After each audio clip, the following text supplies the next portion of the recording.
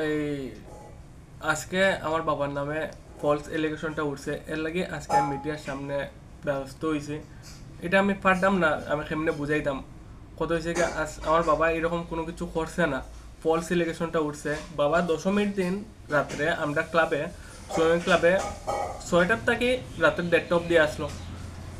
থাকার পরে আমরা, আমার ভাই কুটু বর্দা তাইনোর অ্যাক্সিডেন্ট হয়েছে। আমার ভাই বলতে ওই সাততলা বাজারে প্রদীপ বর্দার আপন ছোট ভাই অ্যাক্সিডেন্ট হয়েছে। এটা আমরা শুনছি না, এটা পরের দিন রাত্রে, পরের দিন সকালে এটা আমরা শুনছি। শোনার পরে তো আমরা কিছু হয়েছে না, আমরা নর্মালি চলতাম। এরপরের দিন আমরা জানি যে এটা আমার বাবার নামে বলে কেস করা হয়েছে। কেস করা হয়েছে বালা কথা। এরপরে আইসে থানা পুলিশ, আমরা বাইরে আইসে। আমার পরে বাবারে হয়েছে যে পরের দিন যাওয়ার লাগি থানা আইসে বৃহস্পতিবারে, শুক্রবারে আমরা থানাত গেছি, আমরা ক্লাবের ফুলাফান সবরে লইয়া। যাওয়ার পরে থানায় কইছে যে এটা সামাজিকভাবে বইয়া শেষ করার লাগি। সামাজিকভাবে আমরা চেষ্টা করছি যে এটা শেষ করার লাগি, কিন্তু ওই যে আমার যে ভাই আর আমার বৌদি যারা আমার বাবার নামে কেস করছে, তারা এটা বইছে না।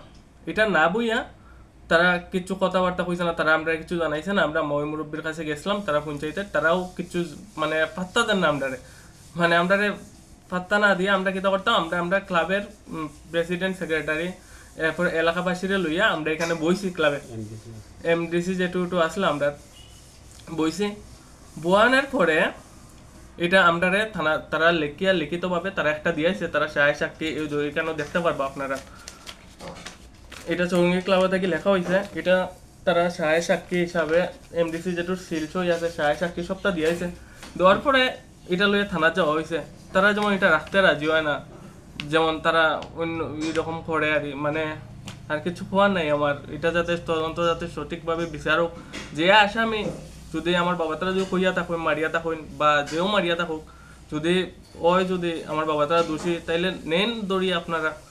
আর যদি আমার বাবা তারা যদি দোষী না হয়, তাইলে তো আর আপনারা সঠিক তদন্ত করুন আর সঠিকভাবে বিচার করিয়া ওইটারে ইয়ে করিয়া দিন। কিন্তু আজকে যে ওই যে ফল যে এলিগেশনটা যে উঠছে, তাতে কিন্তু আমরা বেতালা কষ্ট হয়।